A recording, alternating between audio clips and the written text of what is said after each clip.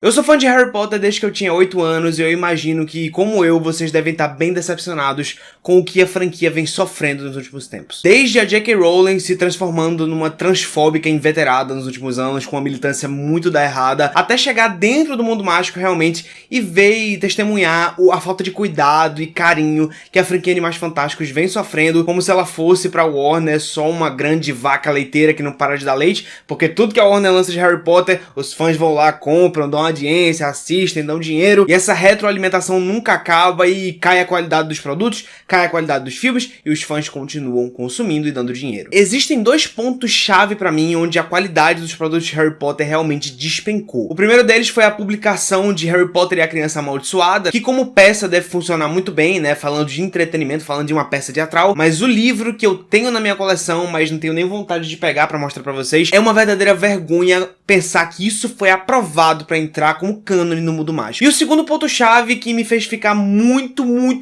chateado quando eu assisti no cinema 4 anos atrás foi o segundo filme da franquia Animais Fantásticos, Os Crimes de Grindelwald. E agora, 4 anos depois, chega finalmente o terceiro capítulo da franquia Animais Fantásticos, Os Segredos de Dumbledore. Eu fui pro cinema alguns dias assistir sem expectativa nenhuma, eu acho que foi a melhor coisa que eu fiz da minha vida. E agora, alguns dias depois de ter assistido e refletido sobre o filme, sobre o que eu vi, sobre o que eu poderia ter visto, sobre as minhas expectativas criadas, ainda que eu não quisesse criar, sobre onde eu acho que a franquia poderia melhorar, sobre onde eu acho que ela realmente melhorou. E agora finalmente eu chego aqui na toca pra falar pra vocês todas as minhas impressões acerca de Animais Fantásticos, Os Segredos de Dumbledore. Então vamos pra minha review e você já sabe, meu nome é Tarcísio Cunha e você tá na Toca do Nerd. Roda os vinhetos!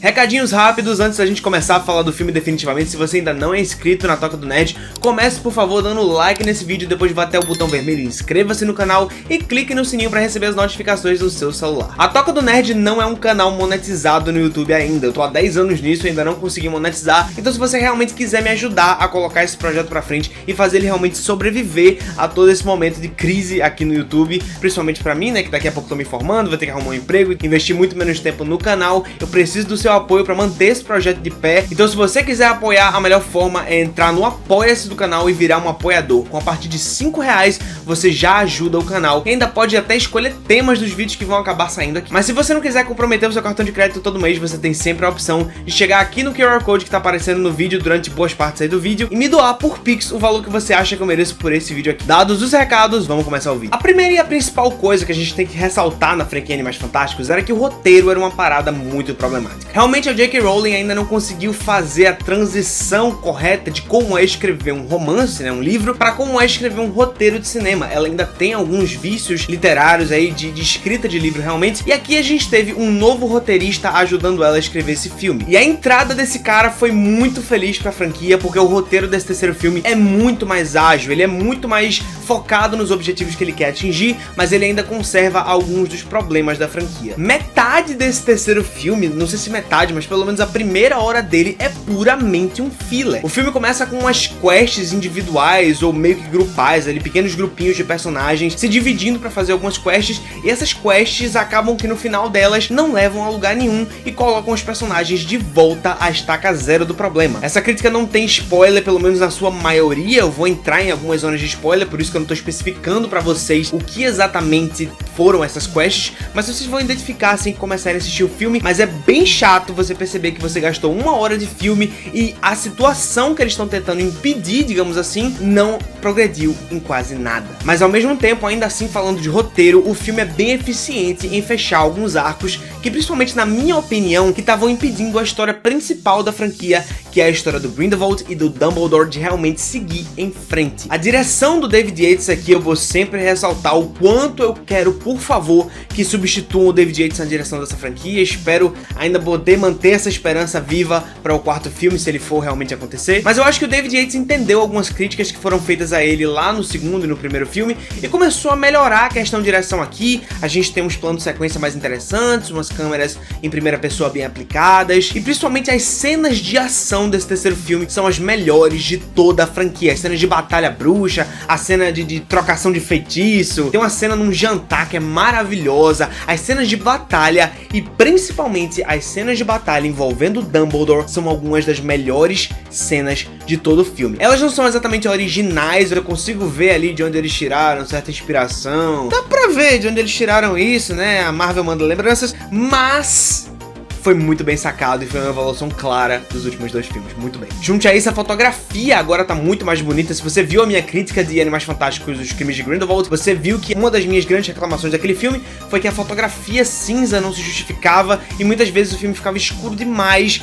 muito longe do que poderia ser um conceito, simplesmente uma coisa jogada no filme. Aqui a fotografia ainda meio acinzentada, mas agora aqui muito superior e dá pra ver tudo no filme agora. Apesar da direção em alguns momentos do filme ser meio confusa, a fotografia tá ali pra auxiliar e ela é bem efetiva na criação de quadros bonitos e na exploração de várias paisagens diferentes que acontecem no filme. O filme também tem uns fanservices bem interessantes pra quem como eu é fã antigo da franquia Harry Potter. Eu, como fã, gostei do service que me foi dado, mas dá pra perceber claramente que eles estão tentando de forma muito barata manipular as minhas emoções, mas ok, tô aceitando. Falando agora um pouco dos atores, seus personagens e o papel deles na trama, o Jacob do Dan Fogler, putz, é um dos meus personagens favoritos em toda a franquia Animais Fantásticos. O cara já teve engraçado pra caramba e um poço de carisma, tanto no primeiro quanto no segundo filme, o segundo sendo que foi, né? E aqui ele tá, talvez é o filme mais engraçado do Jacob. Eu não sei se é uma mistura do quão bem escrito o personagem é, com quão carismático o ator consegue ser nesse papel, porque putz, o Jacob é a gente dentro do filme, né? Ele é o trouxa que tá caminhando perdido nesse universo e ele tá guiando a gente, tá lá com a mãozinha da gente junto com ele, a gente fica lá viajando com ele, tendo os mesmos questionamentos que ele tem. E eu fico meio sentido assim, porque eu não sei se o Jacob vai voltar pra um quarto filme, pra um quinto, rola sempre essa dúvida, né? Se eles vão voltar de um filme pra outro, porque os tempos são outros, pode rolar um lapso de tempo, enfim. Mas eu espero muito que o Jacob esteja de volta aí nos outros filmes da franquia, se eles acontecerem, porque eu realmente amo o personagem, ele é um dos personagens que mais me fazem ficar dentro desse universo, dessa franquia, com essa história. Ele é o personagem que me guia ali dentro e, pessoalmente, eu tenho um carinho muito grande por ele, pelo ator, e queria muito que ele voltasse, e aqui nesse filme ele rouba todas as cenas em que ele aparece. A professora Lily Hicks, interpretada pela Jessica Williams, foi a melhor adição ao elenco nesse filme. A personagem e a atriz, como eu falei também sobre o Jacob, elas são um poço de carisma. A personagem é uma bruxa extremamente poderosa, né? A professora de feitiços de Ilvermorny, que é a escola de bruxaria americana, e putz, eu nunca vi alguém usar magia como esta mulher. Ela é uma mulher forte, independente, com uma atitude muito interessante. A forma com que ela usa os feitiços, todas as cenas de ação que envolvem ela são muito massa de assistir. Eu quero muito ver mais dessa personagem nos próximos filmes. O Teseu Scamander, né, que é o irmão do Newt Scamander, depois de ter passado um filme inteiro sendo mencionado, o outro como coadjuvante meio que sem ação, nesse terceiro filme ele encontra o que fazer, digamos assim. É um personagem que ainda tá atuando como coadjuvante, mas ele não é um personagem que oferece um antagonismo pro Newt, mas ele é um personagem coadjuvante, cujas quests não são lá muito interessantes na minha opinião, mas ele não tá sobrando no filme. Isso me deixa muito aliviado, porque eu não gostava tanto do Teseu e aqui nesse filme eu passo a gostar um pouco mais dele. Eu vou precisar falar uma coisinha aqui pra vocês. Vocês podem odiar Animais Fantásticos o quanto vocês quiserem, e eu odeio muita coisa dessa franquia, mas quem vier pra cima de mim falar qualquer coisa negativa que for do Jude Law interpretando o Alvo Dumbledore vai entrar numa confusão comigo. Ele é um Dumbledore perfeito, ele é um Dumbledore à altura do Richard Harris, e ele consegue compreender muito bem os conflitos do Dumbledore, toda a questão dele com o amor, toda a questão dele com o Grindelwald, que é bem explorada nesse filme inclusive, as dificuldades, os traumas do personagem e toda aquela doçura de professor de escola que ele sempre teve. Putz, sinceramente é difícil encontrar nesse filme, né, nessa franquia inteira, um concorrente à altura de Jude Law quando se fala em personagem que te prende nessa trama, de verdade. Talvez o único concorrente à altura dele seja justamente a principal adição ao elenco dessa franquia, que é o Mads Mikkelsen como Grindelwald, né, como Gellert Grindelwald, é o novo Grindelwald, aqui substituindo o Johnny Depp. E eu preciso dizer a vocês, o Mads Mikkelsen é, tanto fisicamente, quanto no semblante, quanto na forma de falar e de agir, ele é o Grindelwald que eu sempre imaginei nos livros de Harry Potter. Obviamente o Grindelwald não tem participação ativa na trama de Harry Potter, mas ele era sempre mencionado em flashbacks e em menções muito pequenas ali de outros personagens nos livros de Harry Potter, e sempre que eu imaginava o Grindelwald em ação, eu imaginava algo parecido com o que o Mads Mikkelsen colocou no personagem aqui. Mesmo assim, eu não senti que o Mads tá realmente à vontade com esse papel ainda. Eu sinto que ele ainda tá se encontrando como Grindelwald. Eu acho que o que a gente tá pra ver no ápice dele no papel ainda vai estar por vir, principalmente no próximo filme e no quinto, que vai ser realmente a batalha dos dois grandes bruxos dessa franquia. O Ezra Miller tá muito no automático nesse filme. Eu fiquei até preocupado, parecia que ele tava doente. Não, sem brincadeira, o personagem dele meio que perde um pouco de relevância nesse filme, apesar da revelação bombástica que aconteceu lá no final do segundo, né, dele ser um Dumbledore. Revelação essa cercada de polêmica e que esse filme tenta resolver. Eu vou comentar um pouquinho na zona de spoilers sobre isso mais tarde. Mas assim, questão de atuação, o Ezra Miller tá ruim, velho, tá ruim de verdade, tá no automático de verdade nesse filme. Sobre a Maria Fernanda Cândido interpretando a Vicência Santos, ministra da magia do Brasil, eu sinceramente esperava muito mais da personagem. Obviamente ela tem uma importância na trama, né? A figura dela tem uma importância muito grande, ela é mencionada o filme inteiro, ela é uma das candidatas a essa eleição, que é basicamente a principal trama do filme, que é essa eleição para eleger o novo mago supremo, cacique supremo do mundo bruxo. E sem brincadeira, apesar da Maria Fernanda ser uma presença na tela, né, dela roubar a câmera pra si quando ela aparece em tela, e ver ela em ação nos poucos momentos em que ela aparece é bem interessante, mas ela tem uma linha de diálogo, uma frase, o filme inteiro. Sério, que desperdício, cara. Enfim, fiquei muito chateado, apesar de me sentir representado pela personagem em tela, mas sério, perderam demais a oportunidade de aplicar bem melhor a personagem dela, e eu vou chegar nisso já já. E por último, Eddie Redmayne como o Newt Scamander, eu deixei ele pro final porque sinceramente o Newt tá cada vez mais perdendo importância como protagonista dessa franquia. Eu não sei exatamente qual era o plano inicial da Warner ao dar o nome Animais Fantásticos a essa franquia e deixar o Eddie Redmayne no comando de 5 filmes como protagonista, mas dá pra perceber claramente que o personagem do Newt tá cada vez mais perdendo relevância, perdendo protagonismo, e o esforço que esse filme faz pra tentar encaixar o Newt nessa trama, sabe aquele episódio de The Big Bang Theory onde eles ficam discutindo qual é a real importância do personagem do Indiana Jones no filme Os Caçadores da Arca Perdida, em que a Amy meio que descobre que se o Indiana Jones não tivesse no filme, a trama teria corrido exatamente do mesmo jeito? Pois é, e aqui acontece quase a mesma coisa com o Newt, e o filme fica forçando essa trama do Shilin, quem assistiu o filme sabe, pra manter o Newt aqui na trama com relevância, mas assim, relevância que não é muito relevante não, assim, não dá. O Newt tem que perder um pouco do protagonismo a partir daqui, pelo menos da forma que eu vejo as coisas. O ideal seria que a partir do próximo filme o Dumbledore já fosse o principal protagonista dessa franquia e deixasse o Newt só como coadjuvante, ou até nem aparecesse nos próximos filmes.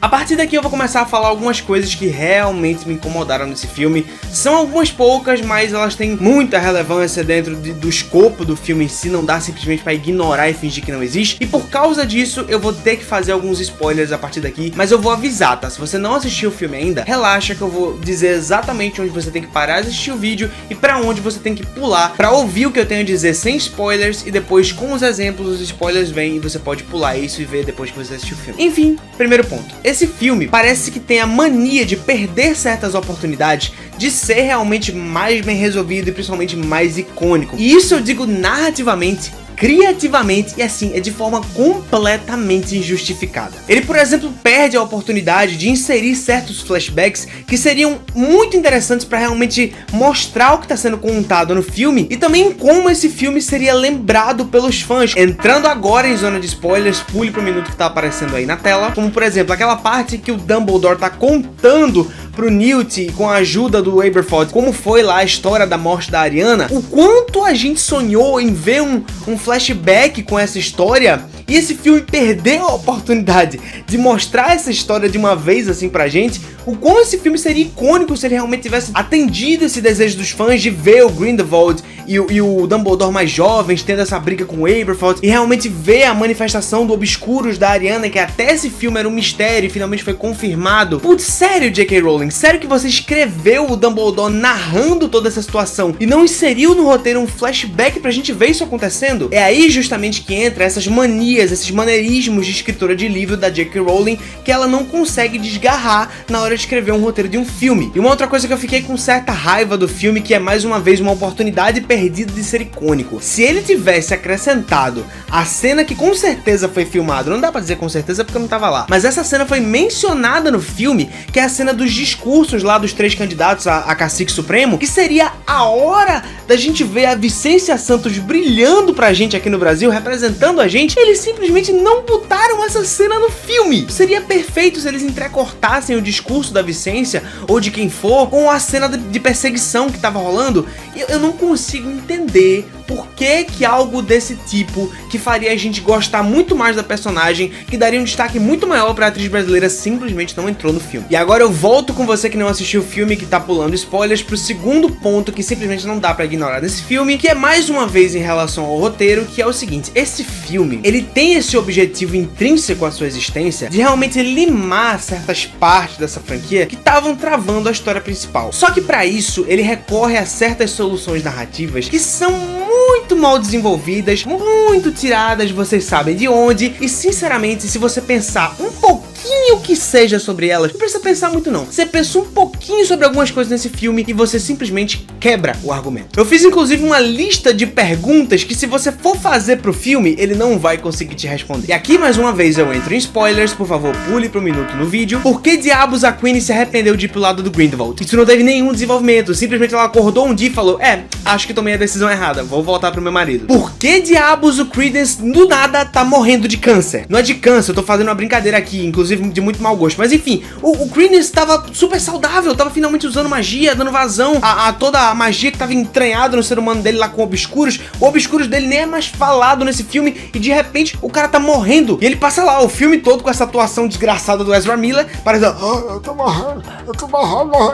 Pelo amor de Deus, sabe? Por quê? Simplesmente por quê? Falando agora sobre o Newt, se não fosse o diabo do bichinho lá, o Qilin, que foi o Newt inclusive que trouxe pro mundo, que fez o parto do animal, se não fosse o bichinho, como eles iam eleger lá o Mago Supremo do Mundo Bruxo? Se eles não usavam o Qilin até determinado momento, aí nasceu um Qilin ali que o Grindelwald tentou adulterar o negócio lá, botou ele no posto de Lázaro morto pra ele curvar lá pra ele, mas enfim, se não tivesse o Qilin, como eles iam escolher o Cacique Supremo? Eles iam votar na urna? Pra vocês verem o quanto essa trama é forçadamente colocada nesse filme só pra manter o Newt como protagonista. Com base em que exatamente o Grindelwald foi absolvido de todos os seus crimes? Olha, não é por nada não que a gente vive no Brasil aqui, mas nem falcatrua política pra soltar quem não deve funciona desse jeito. Simplesmente quem tem o poder chega e fala: então, Fernandinho Beiramar, tu agora não tem mais crime nenhum na tua conta, pode voltar pra tua família. Não funciona, simplesmente não funciona assim. Por quê?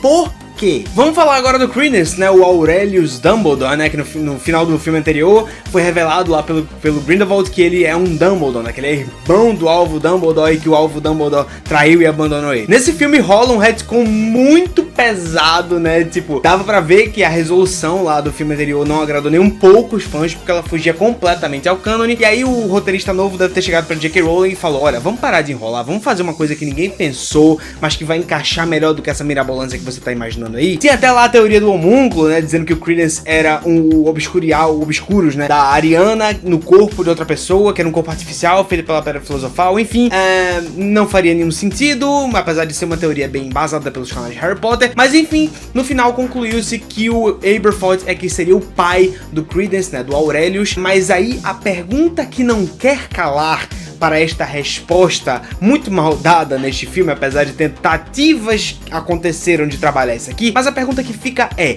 quem é a mãe desse moleque? De onde ele surgiu? Quem é a mãe dele? Como ele foi parar naquele navio lá onde a Leta trocou os bebês, que foi falado no filme anterior? Nada disso é respondido, e o personagem dá muita pinta de que vai sair de cena, tanto o Aberforth quanto o próprio Credence parece que vão sair de cena a partir desse filme, e nada disso é explicado, justamente porque o filme tá tentando tirar isso do caminho e resolver isso de uma vez. Mas sabe, fica aquele buraco, fica aquela parada, se você começar a pensar um pouquinho nessa parada, você simplesmente vê que não foi desenvolvido, que não tem resposta, que você fica com cara de bunda tendo que engolir isso, sabe? E uma última pergunta que eu queria deixar no ar aqui pra vocês sobre esse filme é: qual é a dificuldade dos bruxos deste filme em específico em olhar pra própria retaguarda enquanto estão numa batalha? Sem brincadeira, foram umas 2 ou 3 situações em que tem uma pessoa com uma varinha na mão rendendo outras pessoas, e aí ela é pega de surpresa porque não olhou pra trás e viu que tinha uma pessoa pronta pra render ela. Aconteceu umas 3 ou 4 vezes durante o filme e por causa de uma dessas, o Teseu levou um feitiço, foi preso e a gente teve que acompanhar aquela quest chata pra um diabo do Newt tendo que libertar ele da prisão lá, tendo que fazer aquela dancinha do escorpião, coisa mais ridícula do mundo. 20 minutos de filme desperdiçado com aquela coisa. Enfim, voltamos à nossa zona sem spoilers e o que eu preciso concluir aqui de uma vez, que esse vídeo já deve estar gigante pra vocês, é que Animais Fantásticos e os Segredos de Dumbledore tenta por tudo recuperar o tempo perdido que rolou no segundo filme. Ele tem ainda muita coisa que poderia ter sido limada e cortada do próprio filme, mas ele vê os problemas que aconteceram lá no segundo e tenta colocar a história realmente pra andar de uma vez. É um filme que realmente tentou de tudo pra fazer essa franquia andar. E você realmente percebe onde ele tentou fazer uns cortes aqui e ali. Esse filme teve o roteiro reescrito algumas vezes, se eu não tô enganado. Foi um trabalho pra ele sair, foram vários adiamentos até finalmente a gente ter a chegada dele aqui. Então eu consigo entender o trabalho que foi feito nele, eu consigo compreender onde estão as falhas dele, mas mesmo assim eu preciso falar pra vocês, eu gostei do que eu assisti, eu me empolguei com o que eu tava assistindo e eu gosto do mundo bruxo, eu sou fã de Harry Potter, eu falei pra vocês no começo do vídeo desde que eu tinha 8 anos, então eu quero entrar no cinema e gostar de todos os filmes que eu venho assistir daqui pra frente. O problema é que mesmo eu sendo fã, tá difícil, mas esse filme aqui deu aí um fiozinho de esperança, pelo menos da minha parte, pra essa franquia, e eu vou continuar acompanhando, obviamente. As minhas expectativas, obviamente, vão continuar um pouco baixas? Sim, mas eu fiquei bem feliz quando eu saí da sala desse filme, e só isso pra mim, comparando com a minha reação ao sair do cinema já no segundo filme, que foi péssima, eu tava muito puto. Bom, aqui pra mim já foi lucro, eu saí bem feliz no final da sessão, e pra mim é isso que vale. E é isso, galera, essa foi a minha review completa de Animais Fantásticos e Segredos de Dumbledore. Eu espero que você tenha gostado, e se você gostou, por favor, faça o favor de dar o seu like no vídeo, se inscreva no canal e clica no sininho para receber as notificações. Se você quer apoiar realmente o conteúdo da Toca do Nerd e fazer com que esse canal tenha um futuro, você tem que se tornar um apoiador lá no Apoia-se. A partir de R$5 você já ajuda o canal. E se você não quiser comprometer o seu cartão de crédito todo mês, se você não tem condições de ficar dando todo mês o dinheiro, você vem aqui no QR Code e me doa um valor que você acha que eu mereço por esse vídeo aqui, e eu recebo no PicPay na hora. E claro, se você assistiu esse vídeo até o final, me deixa saber disso, comenta aqui embaixo pra mim um emoji de mago. No mais, antes de você sair, você pode me seguir nas redes sociais, onde você vai acompanhar o meu trabalho por lá.